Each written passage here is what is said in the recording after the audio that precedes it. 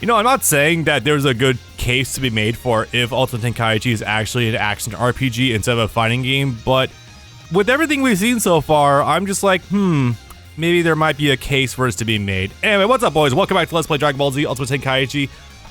There are two things I wanted to highlight really fast from the last time that we did this. First and foremost is the fact that I forgot to have my anti-aliasing turned up. So you can see the shadows down there are a little bit scuffed if you're watching this on YouTube at 1080p, I imagine.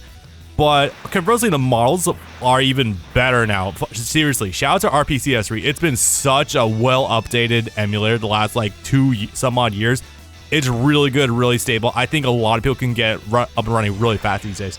Anyway, there's something funny I actually did forget to mention last time. It actually has to do with Rush Supers. Now, we saw one character who had like, what's the best way to describe this? So you know how everything in this game is on rails, right? Like that's not really a secret at all. Everything is super automated now. Like you're not really running up and doing snap combos anymore. Okay. So Rush Supers, they've been kind of changed a little bit. Now, you might remember with Gohan when he did Hidden Potential, you know, the one where he like flies to someone and then shoots a beam at them. What we did in story, it was like a cinematic kind of thing. Now, Super Saiyan Goku here, we have not gotten to yet, notably in the Frieza saga. I like to make note of. So do you remember there's a word for them. I keep using just like command supers because that's the way to describe them. They're the ones where like you do a super and it starts like a chain rush in Raging Blast 1 or 2, and you have to press follow-up buttons in order to keep it going, right? So they've all been kind of made into real supers in this game, but like you look at this and it's kind of obvious which ones got that treatment. And I don't mean like any like sort of derogatory kind of way, like genuinely, the camera work is just kind of weak compared to like your actual Rush Supers. Like, you know, compared to like Meteor Combination where you have like you can clearly see like Goku's reactions and faces in the middle of it. Here it's like you're kind of doing the Rush Super where you have different camera angles, if that makes sense. Also a lot more like shockwave effects when you're doing stuff. And I gotta say, I mean, it's kind of cool that they have different camera angles now and they look a little bit more involved, but on the other hand, like, man, could we have not like spent more than like an afternoon just getting some new camera angles and keyframes in this bitch? I don't know, man, maybe. Anyway, I wanted to show it off really fast because it was just kind of a little bit funny. So, hope everyone's doing good. For YouTube, this does not matter, but currently I'm recording this on a Tuesday because it is currently Veterans Day. Better Meteor Smash than Sparking Zero. Oh, man. I know we've gone over this ad nauseum, but yeah, my chat continues to deride how bad the Rush Supers are in Sparking Zero as a whole, so... Oh, man, I have no strong opinion on that as of right now, but, man, some of the Raging Blast 2 Supers just do look really good by comparison. Okay, but man, why is Bloody BT3 the peak of Meteor Smash? It is kind of insane in that regard, yeah. Okay, where we got off before? Did we get off actually doing the Ginyu fight, or have we actually gotten to the Frieza stuff now? I don't remember, actually. Let's go ahead and just start off, why don't we? Legit, I don't remember, actually. It's been... I mean, it's only been like 3 days, but we kind of ended off in a hurry. Okay, so we haven't done the Ginyu stuff yet. Or at least, like, the... Do I have a term for that? Goku? Ginku? I have no idea. By the way, seeing Goku with the bisexual aura, pretty peak, not gonna lie. Alright, let's just get this bitch going. Ooh. Geeko? Yeah, sure, why not? Sounds like a tech company. It still fucks with me when some of these matches just begin and they'll give you like a round 1 fight or something like that. You know what I mean? Like nothing to know, like match start. There's like, oh, it just dropped you in? Oh, okay. Cool, I guess. How's the volume, guys? Do you want me to raise or lower the volume at all? It looks like maybe it has to go down a little bit. Okay, let me check it really fast. Okay, Masenko and the other one. All right. I should probably sat there and charged because I don't know if Ginyu's gonna have any automated attacks to throw against me, but I wouldn't be surprised if he does either. And just like that, because of the meter I gained for spirit gauge from my heavy chain rush, all of a sudden he's missing a third of his health bar. Funny. Now, it hasn't really come up yet, but the way you do...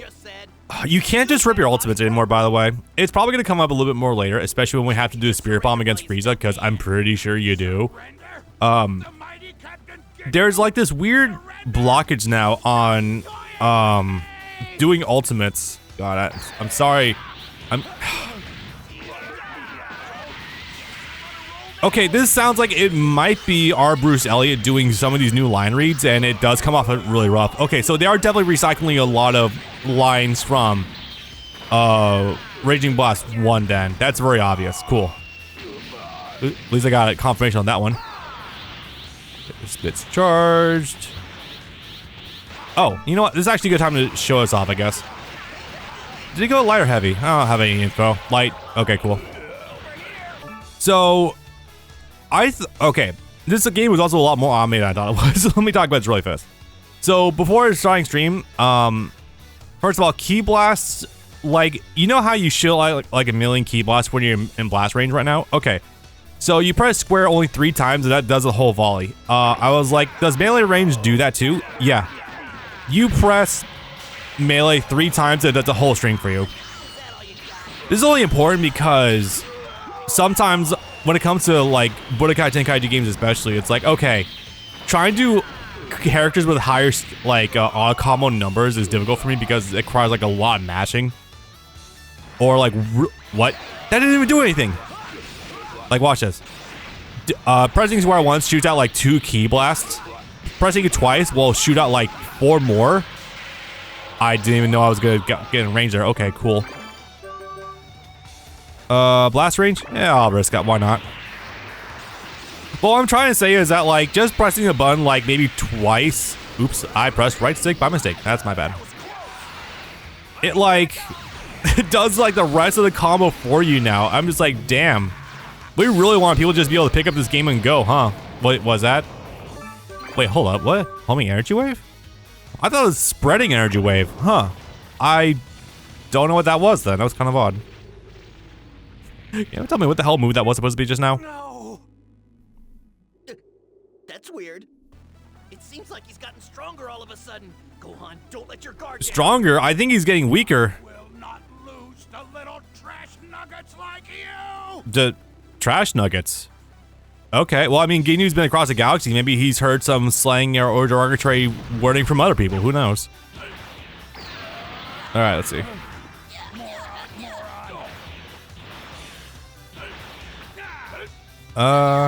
Okay. You know, I thought holding square also allowed you to charge your attack up. Apparently, that's not the case.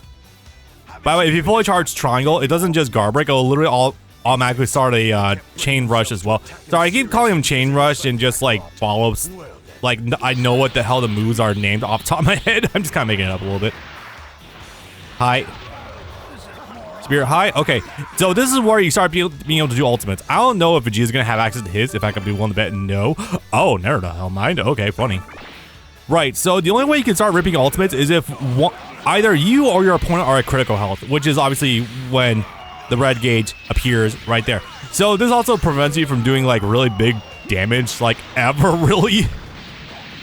Yeah. In regard, Ginyu is not gonna be able to block this one at all. Hey, Lamau, first ultimate of the game, somehow. Yeah, it's really restrictive in that regard. We haven't been able to do it yet at all because, you know, the game has been locking a lot of our ultimates like Spirit Bomb and whatnot because don't want to do much sequence break or anything, but man, I miss BT2 with being able to do Super Saiyan 3 against Raditz. That was nice. But also, yeah, you generally just are rare, because of this, like, you can't do ultimates until your opponent's in critical health. Or you could see it as like a comeback mechanic for them. Do I like this? No, not at all. I think you should be rewarded for playing the game well, honestly. But that is just me. Because, like, either way you look at it, it's bad because that's a cost-free way of just doing it if you have the spirit energy for it. So it's either like it's a win more button or it's a ridiculous comeback mechanic for your opponent. Ugh. Just not good either way, if I'm being honest here. Alright, but we got Captain Ginyu Goku. Does that go both ways? Maybe. And hope you guys are doing good because we're gonna be here for quite a sec. But Bob, don't you like Rage and Tekken? Kinda. It really depends. Okay. Rage in Tekken 7, yeah, sure, because it gives you the option of Rage Art or Rage Drive. I don't like Heat Smash in Tekken 8 at all, and Rage in Tekken 6 did way too much goddamn damage. Holy shit. If you don't know, Rage when it was first introduced in Tekken 6 does like, what, additional 20% damage to your attacks, so you can easily do touch of death super easily in that game because of it. But no, I don't like it in this regard because it's like both a very free comeback mechanic for you if you're the one on the losing end, and a win more button for your opponent, especially if your opponent is the one that puts you in red health. Theoretically, they're the ones that are sitting on high spirit anyway, you know what I mean? How would I best describe this? I feel like you should be able to, if you're taking, actually that's a great idea actually, I just realized that. That's one thing that really is kind of nuts about this game too. So Rage in 7, yes, I literally just said that. You as the defender, quote unquote, if you're the one taking damage, you don't get shit. In fact, oh no. You losing ki from either a light combo or a heavy combo, like that lowers your options across the board for how to defend yourself. So, oops, that's not good. And all of that momentum swinging against you just for the sheer audacity of, check's notes. Losing a coin flip. Yeah, awesome.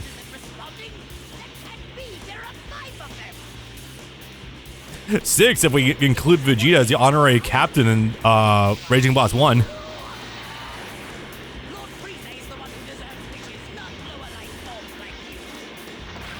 Ah, we're just being open with the prejudice now. I mean, not surprising, really. Do we have a chase sequence with Frieza? I don't think we do, but then again, I could be wrong, but oh my god, we're playing as Freezy Pop. Bro. Actually kind of cool, but unfortunately, we don't have a radar, so we don't know where the hell anything is, really. I mean, cool, it's just like, this never comes up ever again. Also, I don't think we do the cool thing of playing as the villain in these situations, huh? Oh, we skipped Nail? Yeah, Nail is not in this game. Not terribly surprising. There's a lot of characters who are just not in this game at all. And Nail's ultimate is relegated to your CACs. Huh. It went nighttime on a planet with 3 suns. Very strange. Hi, Purunga. You look very plasticky. What the hell?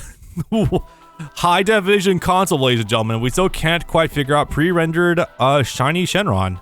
Very odd.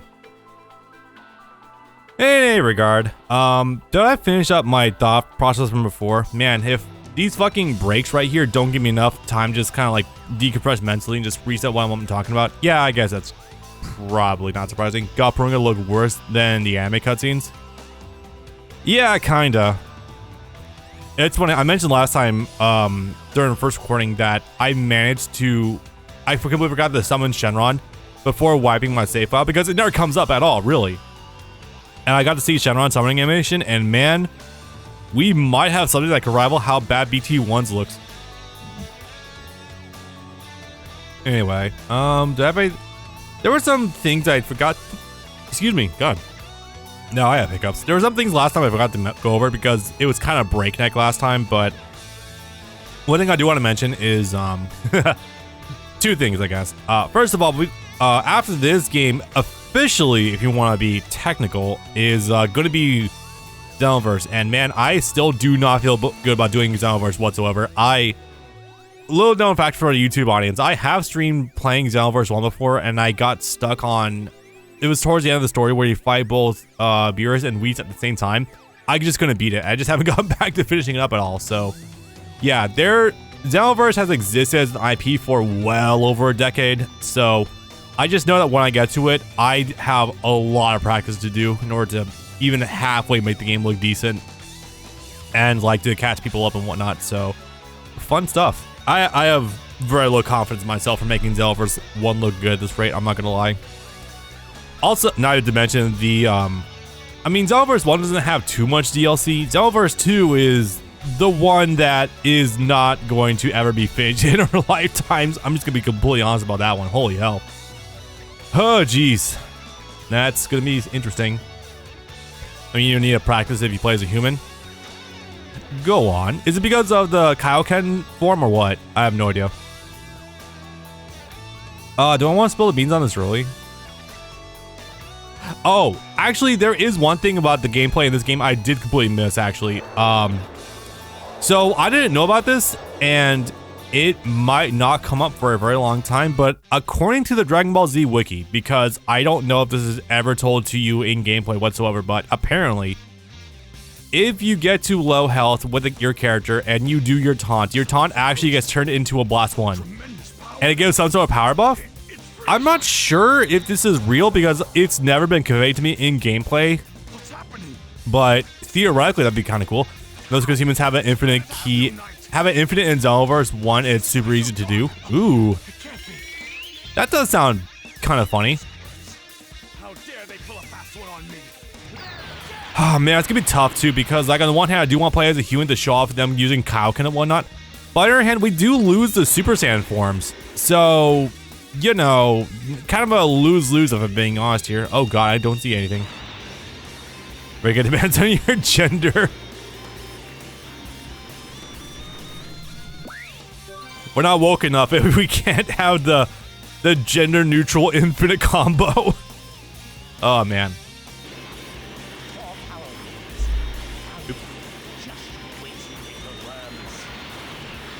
I had a heart attack just now. I accidentally just dropped a drop of soda on my computer and it did not go inside of it. Holy hell.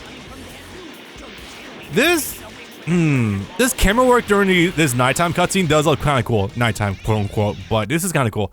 This guitar riff is starting to get repetitive after 2 streams. No kidding, Alex. You don't say. That was turning into the Warner Bros. See you later, folks. Because boy, are the humans super good in Xenoverse 1? Yeah. What's wrong? So anyway, can I just note how Vegeta continues to have the wrong color outfit even in these cutscenes? How? It's literally supposed to be dark blue, like super, almost black dark blue. Guru has died. Oops.